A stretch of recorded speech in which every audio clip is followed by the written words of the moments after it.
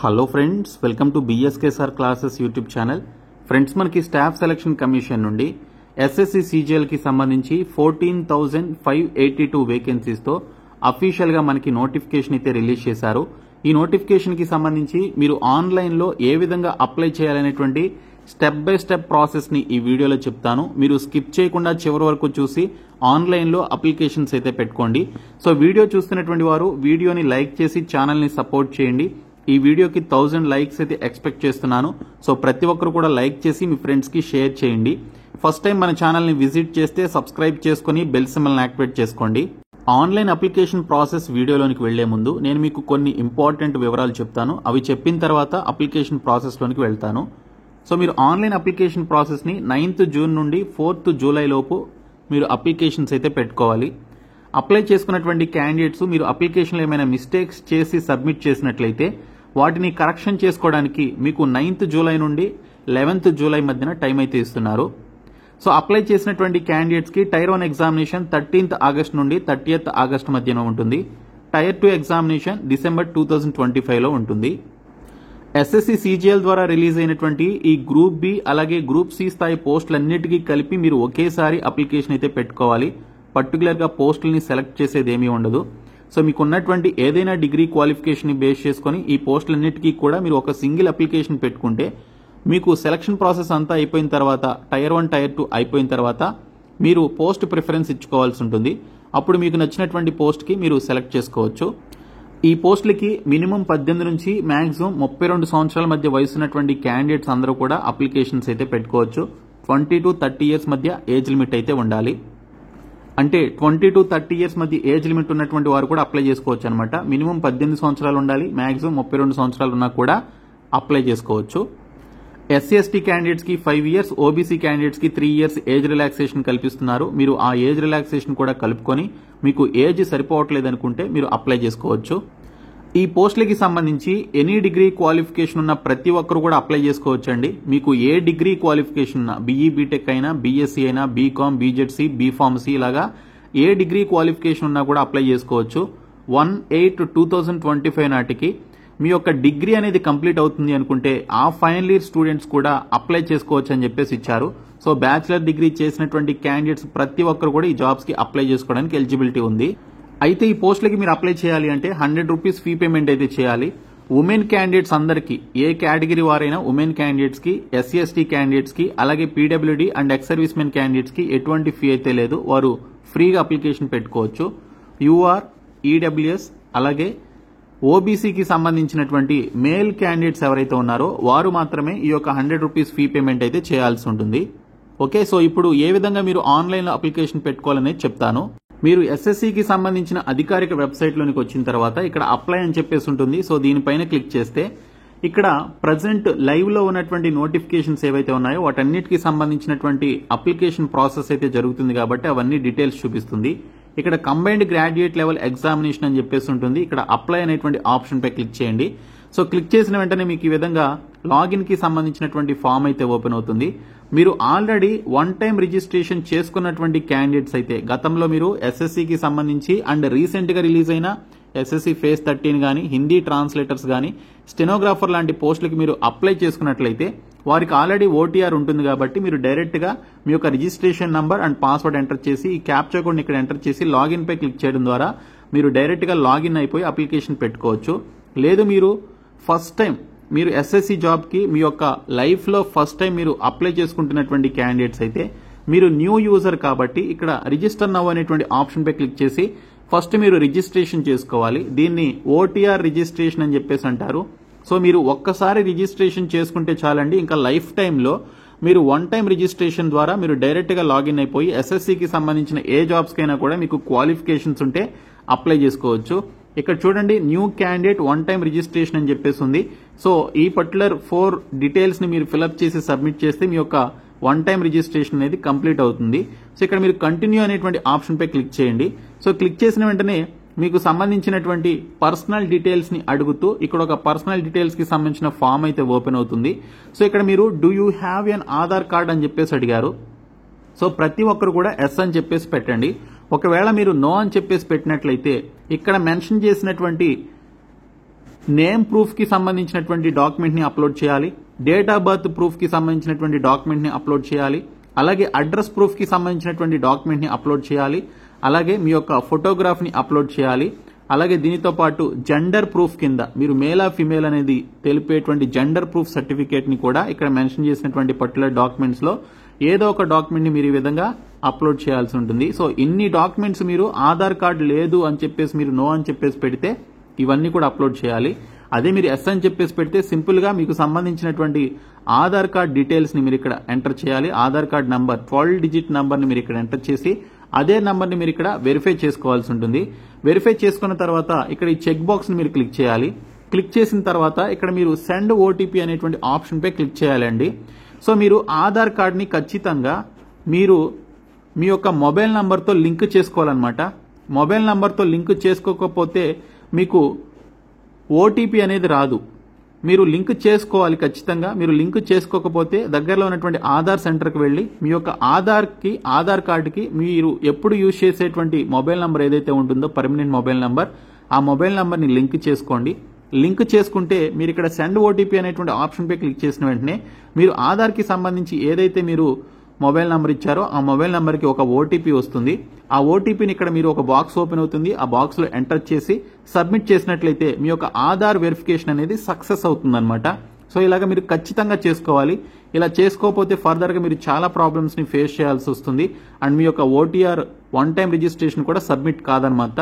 మీరు next step లోనికి వెళ్ళలేరు. ఖచ్చితంగా ప్రతి ఒక్కరు ఓటీపీని ఎంటర్ చేసి వెరిఫై చేసుకుని సబ్మిట్ చేయాలి. తర్వాత మీకు సంబంధించినటువంటి name as per 10th class marks list ప్రకారం మీరు ఇక్కడ ఎంటర్ చేయాలండి. అదే నేమ్ ని మీరు ఇక్కడ ఎంటర్ చేసి వెరిఫై చేసుకోవాల్సి ఉంటుంది. సో ప్రతిదీ కూడా 2 టైమ్స్ మీరు ఓటీఆర్ లో ప్రతి ఒక్క డీటెయిల్ ని ఎంటర్ చేసి వెరిఫై చేసుకోవాలి. అలాగే మీకు సంబంధించినటువంటి నేమ్ గనక 10th క్లాస్ మార్క్స్ లిస్ట్ లో చేంజ్ అయినట్లయితే ఎస్ అని చెప్పేసి ఇవ్వాలి, లేదు అంటే నో అని చెప్పేసి ఇవ్వాలి. సో కాబట్టి మీరు ఇవి జాగ్రత్తగా చేసుకోవాల్సి ఉంటుంది.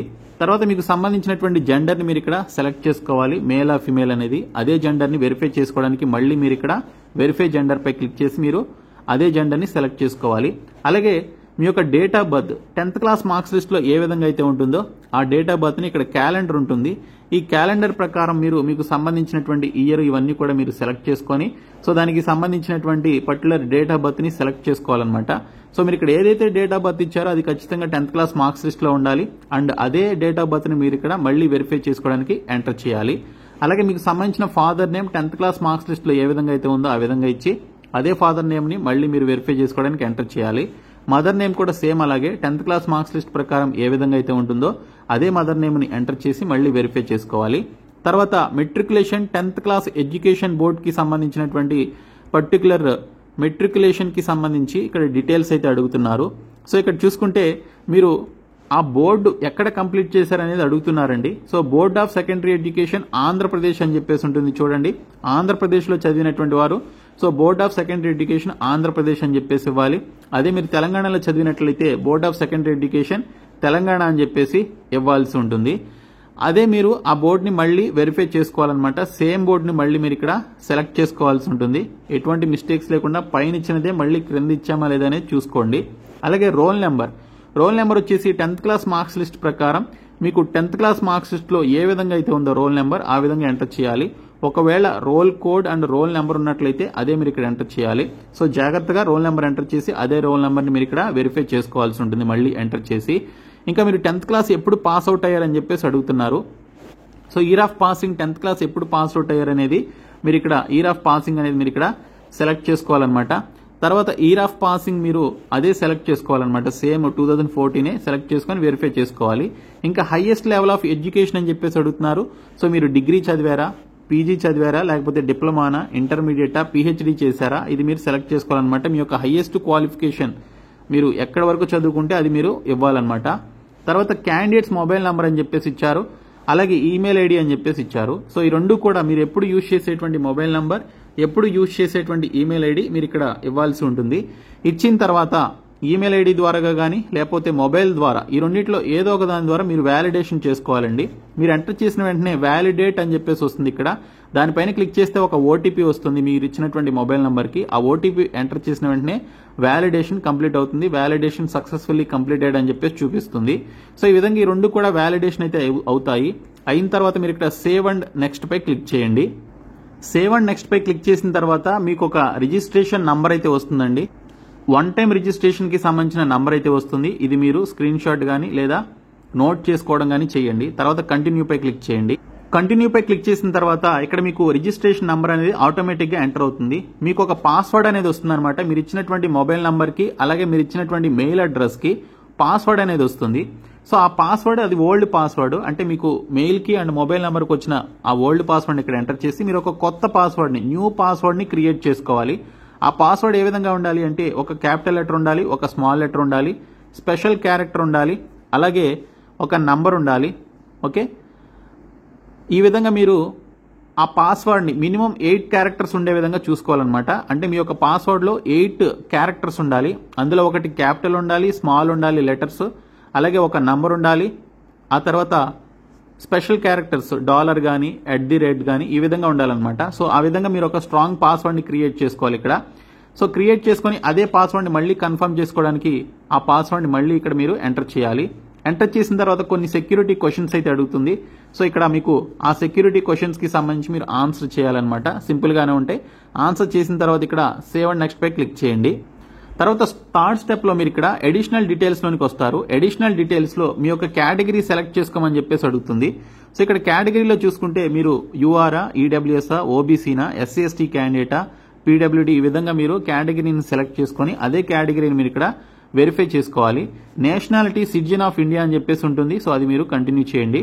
తర్వాత విజిబుల్ ఐడెంటిఫికేషన్ మార్క్స్ అని చెప్పేసి ఉంటుందండి. సో మీకు 10th క్లాస్ మార్క్స్ లిస్ట్ లో ఉంటాయి. లేదు అంటే మీ యొక్క బాడీ పైన మీకు బర్త్ మార్క్స్ ఉంటాయి కదా, a mole on forehead, a mole on cheeks, లేదా a mole on left hand, right hand ఈ విధంగా ఉంటాయి కదా. సో మీకు కనిపించేటువంటి బర్త్ మార్క్స్ ఏవైతే ఉన్నాయో మీరు ప్యాంటు షర్ట్ వేసుకున్నా కూడా కనిపించేటువంటివి, అంటే హ్యాండ్ మీద కానీ ఫేస్ మీద కానీ ఉన్నటువంటి బర్త్ మార్క్స్ గురించి మీరు ఇక్కడ రాయాల్సి ఉంటుంది. సో ఇక్కడ మీరు రాయాల్సి ఉంటుంది అనమాట. ఏ మోల్ ఆన్ నోస్ అని చెప్పేసి ఇచ్చారు చూడండి, అవి కనిపించాలి ఖచ్చితంగా. ఓకే, సో తర్వాత are you person with benchmark disability అని చెప్పేసి అడుగుతున్నారు. సో మీరు నో అయితే నో అని చెప్పేసి ఇవ్వండి, లేదా ఫిజికల్లీ హ్యాండిక్యాప్డ్ అయితే ఎస్ అని చెప్పేసి ఇవ్వండి. సో మీరు ఎస్ అని చెప్పేసి ఇస్తే మీ యొక్క డిజేబిలిటీని సెలెక్ట్ చేసుకోవాలి. మీరు విజువల్లీ హ్యాండిక్యాప్డ్ అయితే విహెచ్ అని, అలాగే హీరింగ్ హ్యాండిక్యాప్డ్ అయితే హెచ్హెచ్ అని, అలాగే మీరు ఆర్థోపెడికల్లీ హ్యాండిక్యాప్డ్ అయితే ఓహెచ్ అని చెప్పి సెలెక్ట్ చేసుకోవాలి. తర్వాత పర్మనెంట్ అడ్రస్ విషయానికి వస్తే మీ యొక్క address details, state, district, pin code enter చేసి permanent address and present address రెండు సేమ్ అయినట్లయితే ఎస్ అని చెప్పేసి ఇవ్వండి. ఎస్ అని చెప్పేసి ఇస్తే పైన ఇచ్చినటువంటి డీటెయిల్స్ అనేవి కూడా కింద వస్తాయి. ఒకవేళ permanent address and present address different అయినట్లయితే మీరు డిఫరెంట్ గా మీరు నో అని చెప్పేసి ఇక్కడ ఇచ్చి డిఫరెంట్ డీటెయిల్స్ అయితే ఇవ్వాలి. ఇచ్చిన తర్వాత సేవ్ అండ్ నెక్స్ట్ పై క్లిక్ చేయండి. క్లిక్ చేసిన తర్వాత మీరు ఇక్కడ ఫైనల్ స్టెప్ లోనికి వస్తారు. సో ఫైనల్ స్టెప్ లో చూసుకున్నట్లయితే ఇక్కడ డిక్లరేషన్ అన్నమాట. ఈ చెక్ బాక్స్ క్లిక్ చేసి ప్రివ్యూ ఓటీఆర్ అనేటువంటి ఆప్షన్ పై క్లిక్ చేయండి. ఖచ్చితంగా ప్రివ్యూ ఓటీఆర్ పైన క్లిక్ చేసిన తర్వాత మీకు ఓటీఆర్ కి సంబంధించిన ఫామ్ అంతా వస్తుంది. అందులో మీరు డీటెయిల్స్ కరెక్ట్ గా ఇచ్చారా లేదనేది ఒకసారి చెక్ చేసుకోండి. చెక్ చేసుకున్న తర్వాతే డిక్లేర్ అనేటువంటి ఆప్షన్ పై క్లిక్ చేయండి. సో డిక్లేర్ పై క్లిక్ చేసి మీరు సబ్మిట్ చేసిన వెంటనే మీ యొక్క ఓటీఆర్ అనేది సబ్మిట్ అవుతుంది. ఈ ఓటీఆర్ కి సంబంధించినటువంటి యూజర్ నేమ్ అండ్ పాస్వర్డ్ మీరు కొత్తగా క్రియేట్ చేసుకున్నటువంటి పాస్వర్డ్ ఉంటుంది కదా, దానితో మీరు లాగిన్ అయ్యి మీరు అప్లికేషన్ అయితే సబ్మిట్ చేసుకోవాలి. సో ఈ విధంగా ఫస్ట్ మీరు ఓటీఆర్ అనేది క్రియేట్ చేసుకోండి. సో ఓటీఆర్ వచ్చిన తర్వాత ఇప్పుడు అప్లికేషన్ ఏ విధంగా పెట్టుకోవాలని చూద్దాము. మీకు వచ్చినటువంటి one time profile registration, okay, OTPR లేదా ఓటీఆర్ కి సంబంధించినటువంటి రిజిస్ట్రేషన్ నెంబర్ ఇక్కడ ఎంటర్ చేయండి. మీరు క్రియేట్ చేసుకున్నటువంటి పాస్వర్డ్ ఉంటుంది కదా, ఆ పాస్వర్డ్ని ఇక్కడ ఎంటర్ చేయండి. ఒకవేళ మీరు పాస్వర్డ్ మర్చిపోతే ఫర్గట్ పాస్వర్డ్ పైన మీరు క్లిక్ చేయొచ్చు. క్లిక్ చేసి మీ యొక్క పాస్వర్డ్ని గెట్ బ్యాక్ చేసుకోవచ్చు. తర్వాత ఇక్కడ ఒక క్యాప్చా కోడ్ వస్తుంది. ఆ క్యాప్చా కోడ్ని ఎంటర్ చేసి లాగిన్ పై క్లిక్ చేయండి. సో మీరు లాగిన్ అయిన వెంటనే మీకు సంబంధించినటువంటి మీ యొక్క అకౌంట్కి సంబంధించిన డాష్ బోర్డ్లోనికి వస్తారు. డాష్ బోర్డ్లోనికి వచ్చిన తర్వాత లైవ్ ఎగ్జామినేషన్స్ అని చెప్పేసి ఉంటుంది. ఓకే, లైవ్ ఎగ్జామినేషన్స్ అని ఉంటుంది. సో ఇక్కడికి వచ్చినట్లయితే ఇక్కడ అప్లై అనేటువంటి ఆప్షన్ ఉంటుంది. ఓకే, లైవ్ ఎగ్జామినేషన్స్ లో మీకు ఇక్కడ కంబైన్డ్ గ్రాడ్యుయేట్ లెవెల్ ఎగ్జామినేషన్ అని చెప్పేసి ఉంది, stenographer grade C and grade D అని చెప్పేసి ఉంది, అలాగే సెలక్షన్ పోస్ట్ ఫేజ్ 13 కి సంబంధించినటువంటి ఈ యొక్క అప్లికేషన్ పెట్టుకోవడానికి సంబంధించిన లైవ్ ఎగ్జామ్స్ యొక్క నోటిఫికేషన్ లింక్స్ అన్ని కూడా అప్లై లింక్స్ అయితే ఉంటాయి. మీరు ఇక్కడ CGLకి అప్లై చేయాలి కాబట్టి ఇక్కడ అప్లై అనేటువంటి ఆప్షన్పై క్లిక్ చేయండి. సో క్లిక్ చేస్తే మీకు ఈ విధంగా నోటీస్ ఆఫ్ ఎగ్జామినేషన్ కేర్ఫుల్లీ అని చెప్పేసి ఉంటుంది, అవన్నీ చదవండి. తర్వాత ఫిల్ ఫామ్ అనేటువంటి ఆప్షన్పై క్లిక్ చేయండి. క్లిక్ చేసిన తర్వాత మీ యొక్క పర్సనల్ డీటెయిల్స్ మీరు OTRలో ఏదైతే ఇచ్చారో ఆ డీటెయిల్స్ అన్ని కూడా ఉంటాయి. సో అవన్నీ కూడా మీరు ఒకసారి చెక్ చేసుకొని నెక్స్ట్ పై క్లిక్ చేయండి. సో నెక్స్ట్ పై క్లిక్ చేస్తే పర్సనల్ డీటెయిల్స్ సేవ్డ్ సక్సెస్ఫుల్లీ అని చెప్పేసి వస్తుంది. సో దానిపైన క్లిక్ చేస్తే మీకు ఎడ్యుకేషన్కి సంబంధించినటువంటి డీటెయిల్స్ అయితే అడుగుతుంది. హైయెస్ట్ ఎడ్యుకేషనల్ క్వాలిఫికేషన్ ఏంటని చెప్పేసి అడుగుతున్నారు. సో గ్రాడ్యుయేషన్ అని చెప్పేసి మీరు ఇక్కడ సెలెక్ట్ చేసుకోవాలి, లేదా PG కానీ PhD కానీ చేస్తే అవి సెలెక్ట్ చేసుకోవాలి. ఇంకా క్వాలిఫైయింగ్ ఎడ్యుకేషనల్ క్వాలిఫికేషన్ అని చెప్పేసి అడుగుతున్నారు. సో దీనికి సంబంధించి details of qualifying educational qualification అంటున్నారు. అంటే ఈ CGLకి ఏం కావాలి, ఎనీ డిగ్రీ క్వాలిఫికేషన్ కావాలి. కాబట్టి మీరు ఇక్కడ ఎనీ డిగ్రీ అనేది సెలెక్ట్ చేసుకోవాలి. తర్వాత EQ స్టేటస్ అని చెప్పేసి అడుగుతున్నారు. EQ స్టేటస్ అంటే ఎడ్యుకేషనల్ క్వాలిఫికేషన్స్కి సంబంధించి మీరు ఆ డిగ్రీని పాస్ అయ్యారా లేదా. ఇక్కడ మీరు చూడండి, పాస్డ్ అని ఉంది, అపియర్ అని చెప్పేసి ఉంది. అపియర్ అంటే ఫైనల్ ఇయర్లో ఉన్నటువంటి వారు అనమాట. పాస్డ్ అంటే డిగ్రీ కంప్లీట్ చేసుకున్నటువంటి వారు. నేను కంప్లీట్ చేసుకున్నాను కాబట్టి అది ఇచ్చాను. ఇంకా పాసింగ్ ఇయర్ ఎప్పుడు అని చెప్పేసి అడుగుతున్నారు. సో అది మీరు ఇక్కడ సెలెక్ట్ చేసుకోవాలి. నేను ఏదో ఒక పర్టికులర్ ఇయర్ని సెలెక్ట్ చేసుకున్నాను. మీరు ఏ ఇయర్లో పాస్ అవుట్ అయితే ఆ ఇయర్ని సెలెక్ట్ చేసుకోండి. తర్వాత స్టేట్ ఏంటని చెప్పేసి అడుగుతున్నారు. సో స్టేట్ని సెలెక్ట్ చేసుకోండి. ఓకే, సో స్టేట్ని సెలెక్ట్ చేసుకున్న వెంటనే మీరు ఏ యూనివర్సిటీ లేదా ఏ ఇన్స్టిట్యూట్ కింద మీకు సంబంధించినటువంటి డిగ్రీని కంప్లీట్ చేసుకున్నారని చెప్పేసి అడుగుతున్నారు. సో అది మీరు సెలెక్ట్ చేసుకోవాలి. నేను JNTU కింద కంప్లీట్ చేసుకున్నాను కాబట్టి అది సెలెక్ట్ చేసుకోవాలి. తర్వాత డిగ్రీకి సంబంధించినటువంటి రోల్ నెంబర్, ఓకే, డిగ్రీకి సంబంధించిన రోల్ నెంబర్ మనకి మార్క్స్ లిస్ట్ మీద ఉంటుంది. ఆ రోల్ నెంబర్ మీరు ఇక్కడ ఎంటర్ చేయాలి. తర్వాత పర్సంటేజ్ గురించి అడుగుతున్నారండి. ఇది మ్యాండేటరీ కాదు, సో మీరు ఇవ్వకపోయినా ఏం కాదు. తర్వాత సేవ్ అండ్ నెక్స్ట్ పై క్లిక్ చేయండి. సేవ్ అండ్ నెక్స్ట్ పై క్లిక్ చేసిన వెంటనే ఓకే అని చెప్పేసి వస్తుంది. సో ఓకే పైన క్లిక్ చేయండి. క్లిక్ చేసిన తర్వాత అడిషనల్ డీటెయిల్స్ అడుగుతుంది. మీరు ఎక్స్ సర్వీస్ మెన్ అంటుంది, నో అని చెప్పేసి ఇవ్వండి. ఓకే, తర్వాత మీకు ఏజ్ రిలాక్సేషన్ కావాలా అని చెప్పేసి ఉంటుంది. సో మీరు ఎస్ అని చెప్పేసి ఇవ్వండి. ఒకవేళ ఏజ్ రిలాక్సేషన్ కావాల్సినటువంటి వారు, అవసరం లేదు అనుకున్నటువంటి వారు నో అని చెప్పేసి ఇవ్వచ్చు. మీరు ఒకవేళ ఎస్ అని చెప్పేసి ఇస్తే if yes age relaxation code అని చెప్పేసి అడుగుతుంది. సో ఇక్కడ ఓబీసీ క్యాండిడేట్స్ అయితే ఓబీసీ అని చెప్పేసి ఉంటుందండి. ఎస్సీ క్యాండిడేట్స్ అయితే ఎస్సీ అని చెప్పేసి ఉంటుంది. ఎస్టీ అయితే ఎస్టీ అని చెప్పేసి ఉంటుంది. అది మీరు సెలెక్ట్ చేసుకోండి. ఓకేనా. సో తర్వాత do you want to make your personal information available for accessing job opportunities in terms of DOPTs అని చెప్పేసి అంటున్నారు. డిపార్ట్మెంట్ ఆఫ్ పర్సనల్ ట్రైనింగ్ అని చెప్పేసి సెంట్రల్ గవర్నమెంట్ డిపార్ట్మెంట్ ఉంటుంది.